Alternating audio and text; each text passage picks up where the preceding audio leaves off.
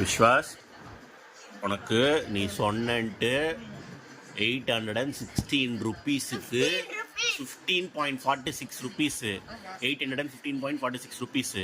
அதை அவனுங்க 46 எல்லாம் கணக்கு பண்ண மாட்டானுங்க, 816 தான் கேட்பானுங்க. வாட்டர் கன்னு ஆர்டர் பண்ணிட்டேன். சாட்டர்டே 20th செப்டம்பர் வரும்.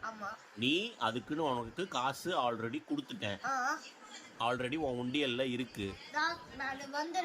அதான் அது வந்து ஏன் நான் இப்போ என்னோட காசுலேயே பே லிட்டர்லேயே போட்டேன்னா எக்ஸ்ட்ராவாக காசு கேட்குறானுங்க டெலிவரி சார்ஜ், அந்த நம்ம கேஷ் ஆன் டெலிவரி போட்டால். அதனால தான் நான் என்னோட பே லிட்டரில் போட்டிருக்கேன்.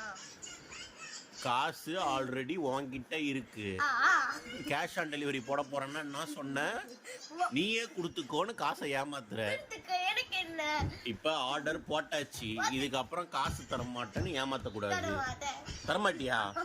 ஆர்டரை கேன்சல் பண்ணிடுவேன், அவ்வளவுதான். எப்படி தெரியா? எப்படி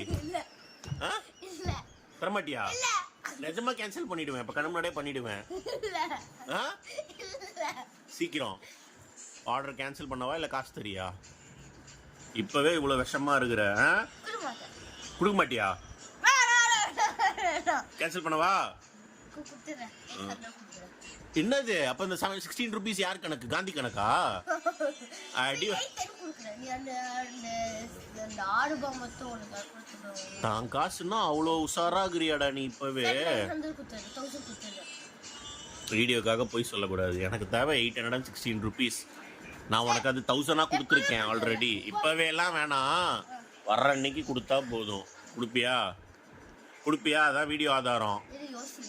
டேய், ஆர்டர் போட்டாச்சு, இதுக்கப்புறம் என்ன யோசிக்கிற நீ? தம்பி, ஆர்டர் போட்டாச்சு, கன்ஃபார்ம். ஓகே.